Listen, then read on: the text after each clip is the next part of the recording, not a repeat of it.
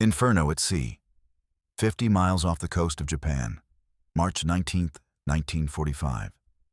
The dawn over the Philippine Sea is deceptively calm, the kind of morning that sailors learn to distrust. Aboard the USS Franklin, CV-13, the crew of over 3,400 men moves with routine precision. On the flight deck, ordnance crews roll bombs toward waiting aircraft. Pilots climb into cockpits, engines whining to life. The Franklin is one of America's most powerful Essex-class carriers. The spear point of Task Force 58, striking deep into Japanese waters. In the flag bridge above the deck, Captain Leslie E. Garris scans the gray horizon through his binoculars. He's tense, too close to Japan, too exposed. But the mission is clear. Prepare for another wave of strikes on the home islands. Below deck, the air smells of oil and sweat. Men are drinking coffee, checking gauges, joking softly. The calm before the storm, though none of them realize how literal that will soon be. At 7:08 a.m., the Franklin's radar officer suddenly stiffens. Bogey inbound, bearing 095. The warning barely finishes before a single Japanese dive bomber, a Yokosuka D-4Y Judy, breaks through the morning haze. It dives almost vertically, unseen until the last possible second. The carrier's 5-inch guns swing upward, but it's too late. The first bomb hits dead center on the flight deck, a thunderclap of metal and fire. In an instant, 30,000 gallons of aviation fuel ignite. Flames race across the deck, consuming parked planes still loaded with ordnance. A second bomb slams through the hangar deck, detonating below. The explosion rips through the interior like a giant's fist. Men are thrown from their posts. Planes explode one after another, a chain reaction that turns the Franklin into a floating volcano. Ammunition cooks off in bursts of white-hot light. Bombs detonate in sequence, each one louder than the last. The ship's alarm howls. Fire! Fire! Fire on the flight deck. Below, corridors fill with choking smoke. Sailors crawl through flame-filled compartments, dragging wounded men through pools of burning fuel. Entire sections are cut off by fire. The forward elevator is gone, vaporized. The hangar deck collapses in on itself, scattering twisted steel and body parts. By 7:15, the ship is dead in the water. In the chaos, Lieutenant Commander Joe Taylor, the air officer, takes charge of damage control. His face blackened with soot, he shouts through a bullhorn, "Get those magazines flooded. If the bombs go, we all go."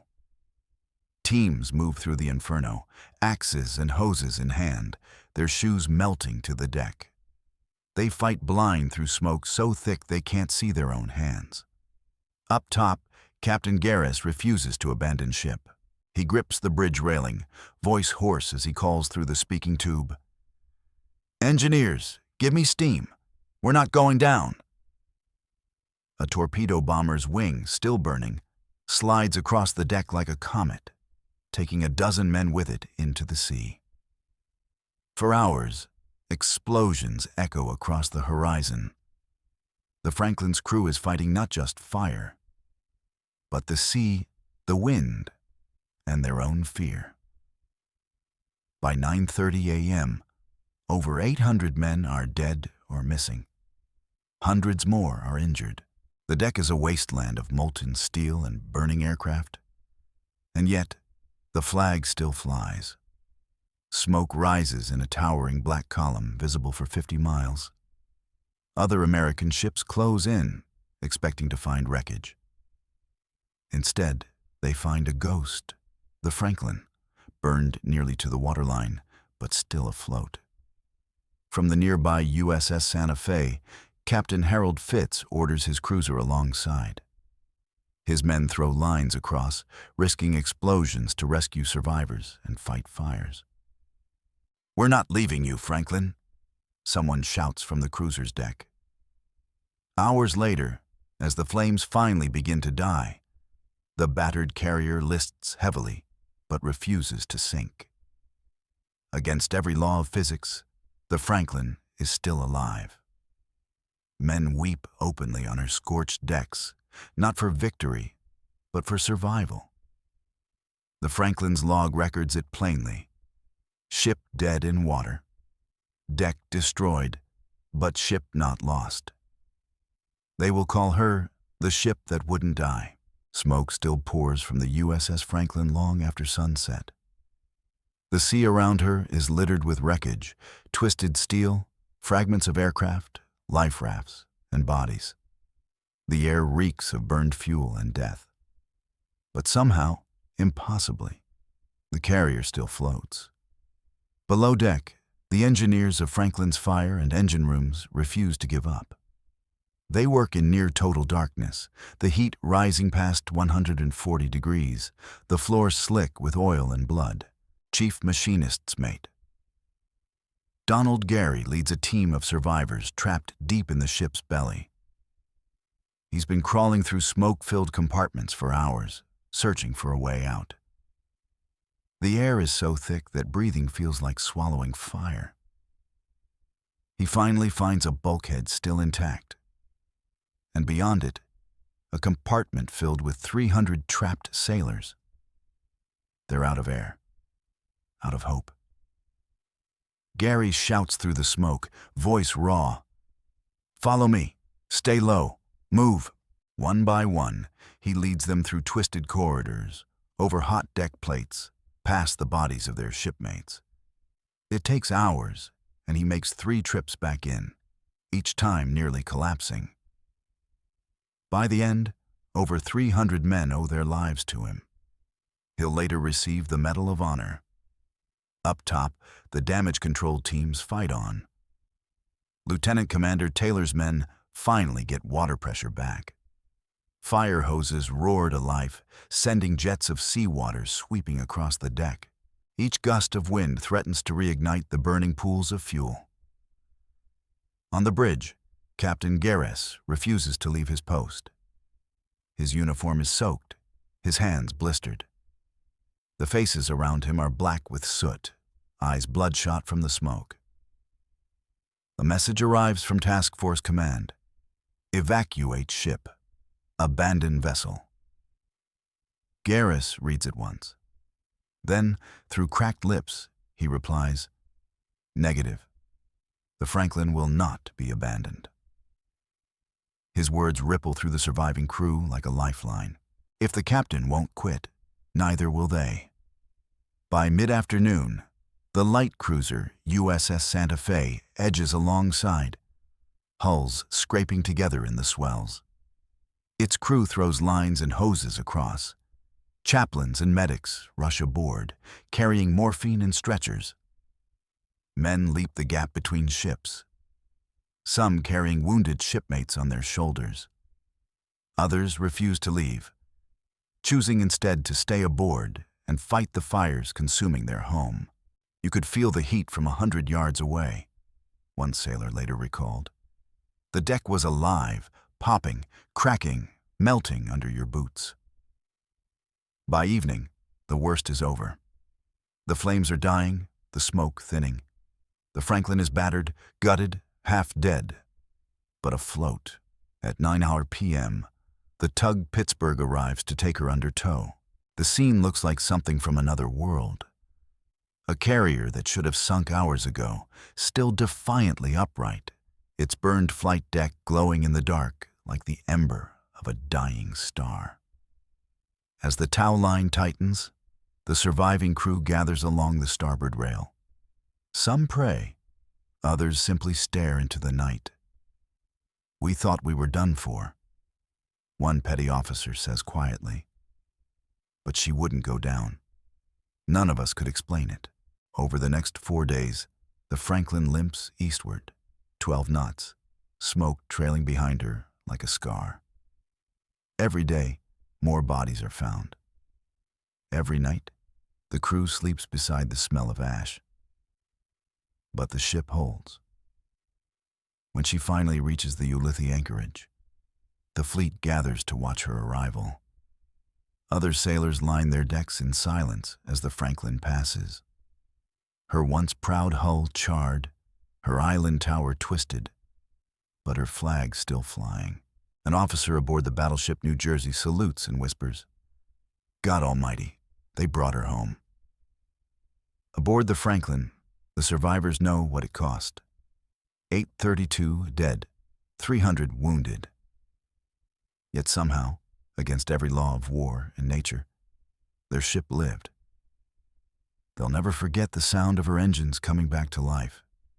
Faint, uneven, but real. The heartbeat of a ship that refused to die. When the USS Franklin finally reached Pearl Harbor in April 1945, she was a ruin. Her decks were blackened, her island towers scorched and twisted, her hangar decks hollowed like the inside of a burned-out cathedral. Yet, to the astonishment of every shipwright who saw her, she still floated true. Her hull strong, her screws intact, her keel unbroken. Sailors across the Pacific Fleet crowded the docks to watch her limp into harbor, scars visible even from miles away. The harbor tugboats gave her a slow escort past Arizona's rusting hulk, one ghost of Pearl Harbor saluting another that had refused to join her. Reporters called her the ship that wouldn't die. To the men who lived through her inferno, that name barely did her justice. At Pearl, the engineers began the impossible task of making her seaworthy again. They patched her flight deck with steel plates, replaced bulkheads, and drained compartments that had been sealed since the day of the attack. The smell of burned aviation fuel lingered in every corner. Among the workers was Chief Machinist's mate Gary, still recovering from burns and smoke inhalation. When he was told the Navy planned to tow the Franklin all the way back to the States for full repair, he laughed and said, "You'll need to drag the devil himself to sink her now." And he wasn't far off. By early May, the Franklin left Pearl Harbor under tow again, escorted by destroyers and repair ships. It took 13,000 miles to reach the Brooklyn Navy Yard, across storms, submarine waters, and the long blue silence of the Atlantic. When she finally entered New York Harbor on May 28, 1945, her arrival stopped traffic on the Brooklyn Bridge. Crowds lined the waterfront, sailors, shipbuilders, and civilians, all staring at the battered carrier that shouldn't exist anymore. Her flight deck still bore the scars of 500-degree fires.